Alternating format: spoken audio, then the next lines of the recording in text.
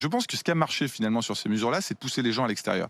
C'est de leur dire de retarder, contrairement à ce qu'on peut penser, l'heure du couvre-feu. D'ailleurs, on devrait continuer à le faire et à dire aux gens de se retrouver dehors plutôt qu'à l'intérieur. Puisqu'on le sait, c'est l'étude de Pasteur qui l'a montré, les contaminations elles se font au travail. Donc le seul effet de la fermeture des écoles, c'est que les gens, pour garder leurs enfants, ne sont pas allés travailler. C'est très probablement le seul effet. Et puis et éviter que les gens se retrouvent en intérieur et donc les faire se retrouver en extérieur. Je vous garantis que si on met le couvre-feu à 20h au lieu de 19h, les gens pourront se retrouver en extérieur plutôt qu'en intérieur et ça aura un effet positif sur l'épidémie. Ça dépend comment on se retrouve, parce que si on se retrouve comme sur les buts de Chaumont, sans les masques, les uns sur les autres... Non, moi je suis pas du tout inquiet par les images que je vois au but de Chaumont. Ça vous choque pas? Il y a un récent papier qui est sorti dans la grande revue Le Lancet qui dit la contamination par ce virus-là, elle se fait essentiellement par l'air.